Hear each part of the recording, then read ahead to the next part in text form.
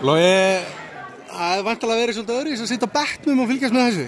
Já, veistu það, ég var að segja við ykkur, ég hef spilað alla þessa Njarðvíkur og Keflavíkur leiki sem ég hef verið í deildinni síðan 97, en ég hef aldrei þurft að horfa á hann og þetta var hræðilegt að þurfa að horfa á leikinn. Ég er bara eftir mig og sem betur fer unnum við og það er bara svolítið síðan, við höfum unnið á tvisvar á tímabili og það er mjög sterkt. Tæpara mátti það ekki vera? Ha?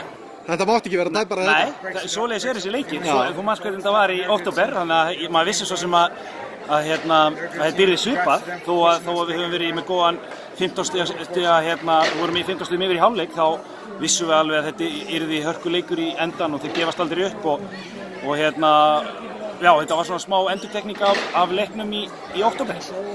Höllin stútfull, mikill hiti í stuðningsmönnum, þetta var svona pínu úrslitakeppnisbragur á þessu leik. Já, það er náttúrulega geggjað að byrja árið á þessu og þetta er bara það sem koma skálvonandi í körfunni og það verða margir stóri leikir núna á næstunni hjá okkur sérstaklega og þetta verða fyrsta skrefið í því að taka svona næsta skref. Nú erum við komin á toppinn, einir, og það er svolítið langt síðan Njarðvík hefur verið á toppnum á þessum tímapunkti á tímabilinu.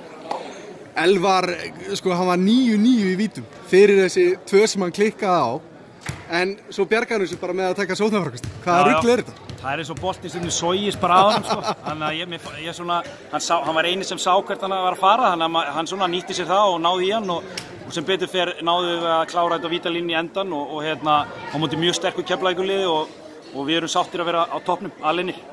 Glæsilegt, takk fyrir þetta Logi og gangi ykkur vel. Takk.